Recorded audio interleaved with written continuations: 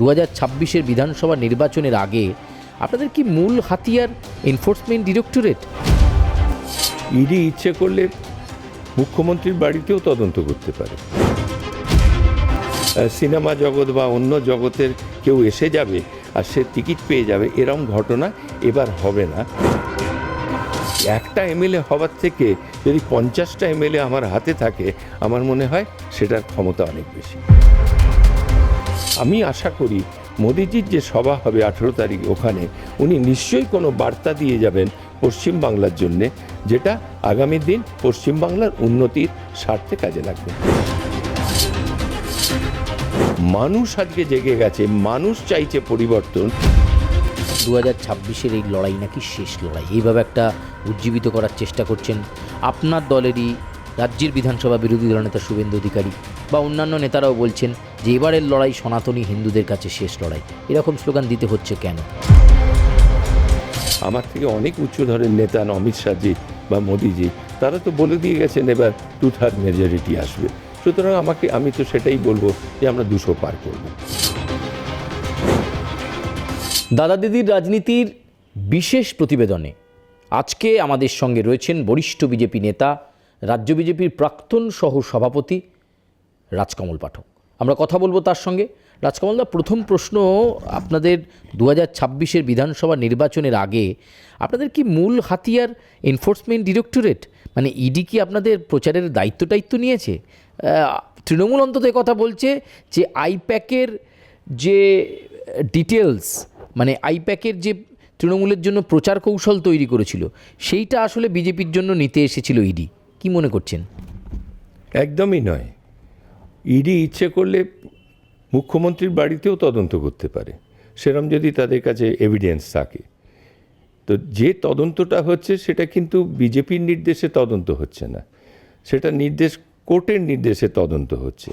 তাই তারা আইপ্যাকের অফিসে গেছে, নিশ্চয়ই নির্দিষ্ট কোনো তাদের কাছে স্পেসিফিক কোনো অভিযোগ ছিল বলেই তারা গেছে। কিন্তু এটা আশা করা যায় না যে মুখ্যমন্ত্রী তার পুলিশ ফোর্স নিয়ে সেখানে ঢুকে সেই সবুজ ফাইলগুলো নিয়ে বেরিয়ে আসবে, সঙ্গে হার্ড ডিস্কও। তা তিনি কি করে জানলেন যে কোথায় কোন ফাইল রাখা আছে আইপ্যাকের অফিসে?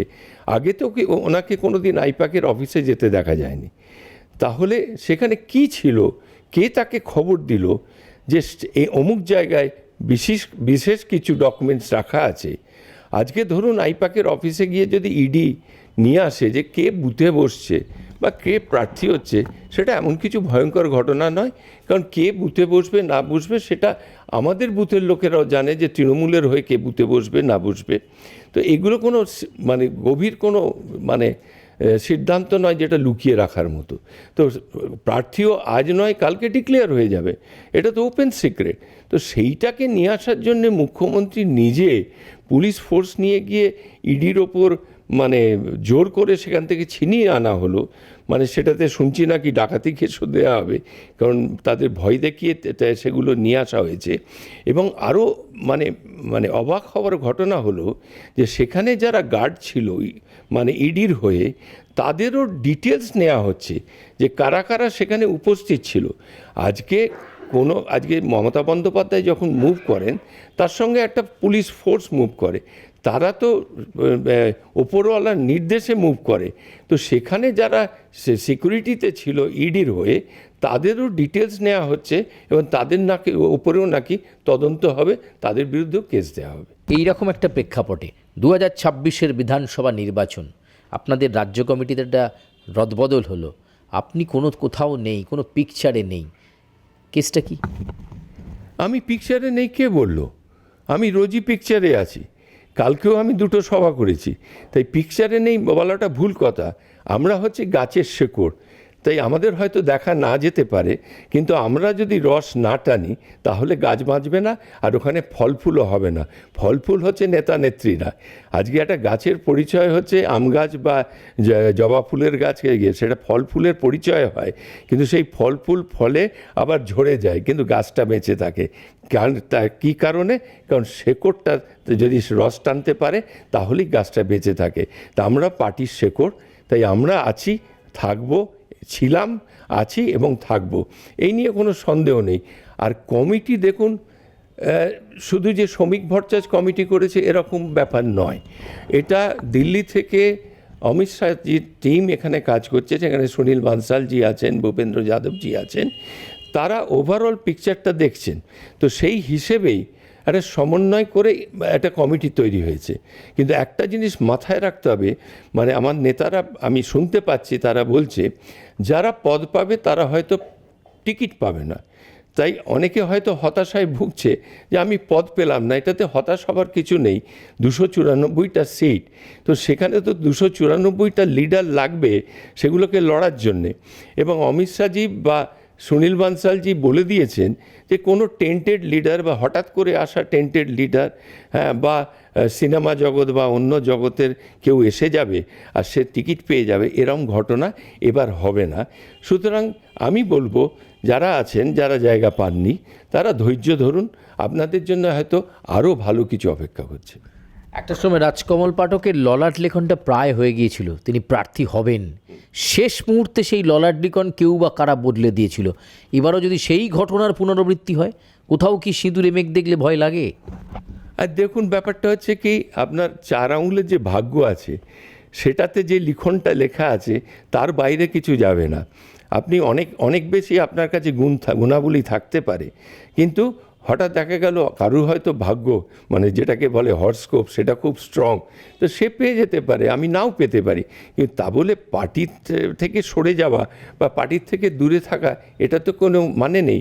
আজকে ধরুন যদি আমরা কিং মেকার, তো আজকে যদি আমি এমএলএ না হই বা আমি মন্ত্রী না হই, কিন্তু আমি যদি পার্টির হয়ে মানে সংগঠনটাকে ধরি, দেখি, বা আমি আগেরবারও স্টার ক্যাম্পেনার ছিলাম, তো এবারও যদি স্টার ক্যাম্পেনার হয়ে আমি যদি 25-30টা এমএলএকে জেতাতে পারি, সেই 25-30টা এমএলএ তো আমার কথা শুনবে। তাই একটা এমএলএ হওয়ার থেকে যদি 50টা এমএলএ আমার হাতে থাকে, আমার মনে হয় সেটার ক্ষমতা অনেক বেশি। আপনার জেলায়, যে জেলাকে আপনি হাতের তালুর মতো চেনেন, হুগলি, সেই জেলাতে 18ই জানুয়ারি প্রধানমন্ত্রী নরেন্দ্র মোদী আসছেন। সিঙ্গুরের মাটি, যদিও অনেকে বলেন যে এই মাটি মমতা বন্দ্যোপাধ্যায়ের মাটি, সিঙ্গুরের মাটিতে মোদির চাষ, কেমন হবে ব্যাপারটা? দেখুন, সিঙ্গুর নিয়ে মমতা বন্দ্যোপাধ্যায় ক্ষমতা এসেছিল, কিন্তু পরবর্তী ক্ষেত্রে দেখা গেছে যে সেখানে কোনো জমি চাষ হয়নি। মমতা বন্দ্যোপাধ্যায় সর্ষের বীজ দিয়েছিলেন চাষিদের, সেখানে চাষিরা চোখে সর্ষে ফুল দেখেছে, কিন্তু চাষ হয়নি। ওখানে দুর্গাপুজোর সময় আমার গ্রামের বাড়ি, ওর পাশ দিয়ে যেতে হয়, সুন্দর কাশফুল ফুলে থাকে, সুন্দর দেখতে লাগে, কিন্তু চাষিরা আজকে না খেয়ে মরছে। তাই আমি আশা করি মোদিজির যে সভা হবে 18 তারিখ, ওখানে উনি নিশ্চয়ই কোনো বার্তা দিয়ে যাবেন পশ্চিমবাংলার জন্যে, যেটা আগামী দিন পশ্চিমবাংলার উন্নতির স্বার্থে কাজে লাগবে।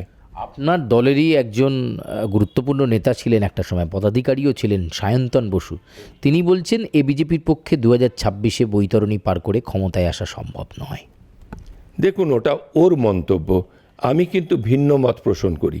কারণ হচ্ছে, দেখুন, আমাদের সঙ্গে যেটা তৃণমূলের ডিফারেন্স ছিল, ভোট ডিফারেন্স ছিল, সেটা 42 লাখের মতো ডিফারেন্স ছিল।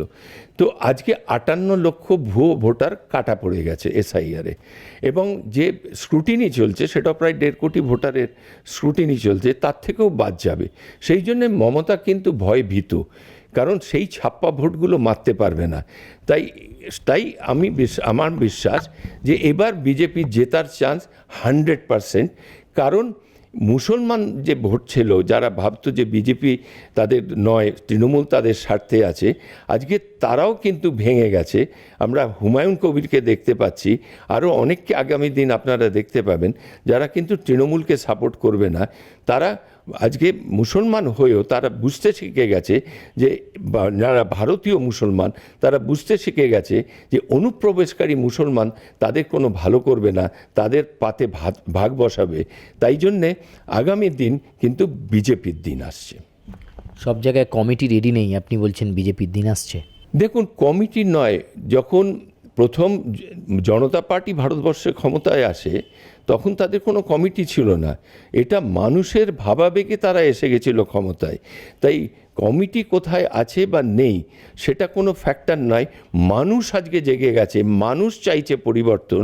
কারণ তারা দেখেছে দেশের প্রতিটা ক্ষেত্রে পশ্চিমবাংলার প্রতিটা ক্ষেত্রে আজকে চুরি চামারি বা অরাজকতা ঢুকে গেছে। তাই এই সরকারকে পশ্চিমবাংলার মানুষ চাইছে না। তাই পশ্চিমবাংলার মানুষ তারা ভোট দিয়ে তৃণমূলকে ওই দীঘার সাগরে, ওই যেখানে জগন্নাথের মন্দির রয়েছে, যেটা শ্রমিক ভট্টাচার্য বলে থাকে, ওইখান থেকেই বিসর্জন হবে। সনাতনী হিন্দুদের কাছে 2026-এর এই লড়াই নাকি শেষ লড়াই, এইভাবে একটা উজ্জীবিত করার চেষ্টা করছেন আপনার দলেরই রাজ্যের বিধানসভা বিরোধী দলনেতা শুভেন্দু অধিকারী, বা অন্যান্য নেতারাও বলছেন যে এবারের লড়াই সনাতনী হিন্দুদের কাছে শেষ লড়াই। এরকম স্লোগান দিতে হচ্ছে কেন? দেখুন, শুভেন্দুবাবু কি স্লোগান দিচ্ছে সেটা ওনার ব্যাপার। সনাতনী হিন্দু, কারণ দেখুন আজকে বাংলাদেশ থেকে মানে স্বাধীনতার পরে, মানে যখন পূর্ব পাকিস্তান হয় তার আগে 28% হিন্দু ওখানে ছিল। তারপর 51 সালে সেখানে সেই সংখ্যাটা দাঁড়ায় 21%। আজকে সেখানে 7% হিন্দু নেই। তারা ওখানে অত্যাচারিত হয়ে পালিয়ে আসছে। এই শ্যামাপ্রসাদ মুখোপাধ্যায় এই পশ্চিমবাংলাটাকে রেখে গেছিল, সেই জন্যে তারা পালিয়ে আসছে। এই পশ্চিমবাংলার নামটাও বদল করে দেবার একটা প্রচেষ্টা হয়েছিল, সেটা আমরা আটকে ছিলাম। কারণ পশ্চিমবাংলা তুলে দিলে তাহলে ইতিহাসটা ভুলে যেতে হয়।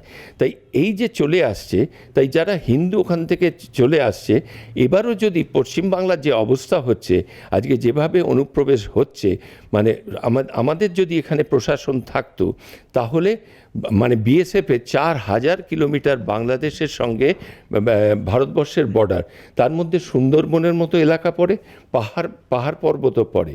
কিন্তু যেটা সমতল আছে সেখানে প্রায় 400 কিলোমিটার জায়গা মানে তৃণমূল গভর্নমেন্ট আমাদের দেয়নি, আমরা ফেন্সিং করতে পারি না। তাই যেখানে এইভাবে আছে সেখান দিয়ে অনুপ্রবেশ ঘটছে।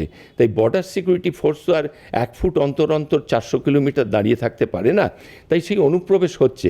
কিন্তু অনুপ্রবেশ যদি হয়, তারপরে যখন তাদের চিহ্নিত করে দেবে লোকাল লোকেরা, তখন সেখানকার লোকাল প্রশাসন তাদের আইডেন্টিফাই করে পুশব্যাক করবে।